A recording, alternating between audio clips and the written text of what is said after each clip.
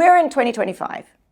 We're in a global economy that I think is in the midst of three big shocks, each of which is big enough, for our grandchildren to have a chapter in their history books.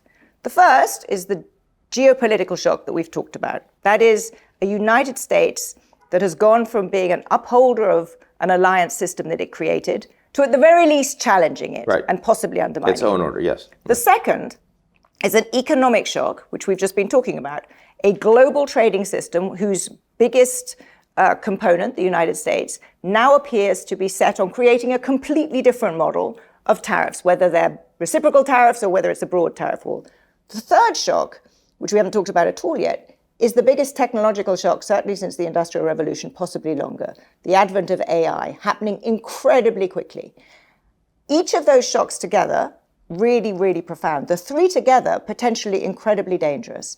I think if you have that kind of technological revolution at the same time as you're upending a geopolitical order and upending the economic rules that have lasted for the last 80 years, you have at the very least massive uncertainty and the potential, I think, for serious damage. That's what worries me. So when I get that, and because of course, when you are willing to break, when you're a revolutionary leader that's saying the system as it stands does not work the way I would like it, there's not only uncertainty, but businesses are going to keep capital on the sidelines and the rest. I am wondering, do you believe that the outcome is necessarily worse, number one, for the US, and number two, for the world, necessarily?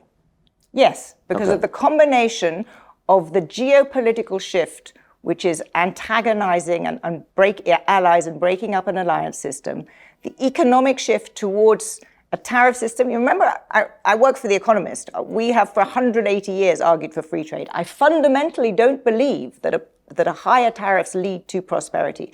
And I don't think this is the easiest route to rapidly lower tariffs. I think it is very, very likely to go wrong. So I think the combination of those two together will risks leading us to a fundamentally worse place. There are areas, many other areas of what this administration wants to do that I think could be potentially very good. I'm all in favor of rationalizing government, of cutting unnecessary spending, of a dramatic overhaul of sclerotic bureaucracies, cutting red tape. There's a huge amount to do there. So just don't get me wrong. It's not that everything this administration wants to do is wrong. Not at all. I think there are lots of priorities that are really good. I don't hanker for the sort of exact post-45 order. The world changes. The world is changing because of those shocks I've been describing. Mm-hmm.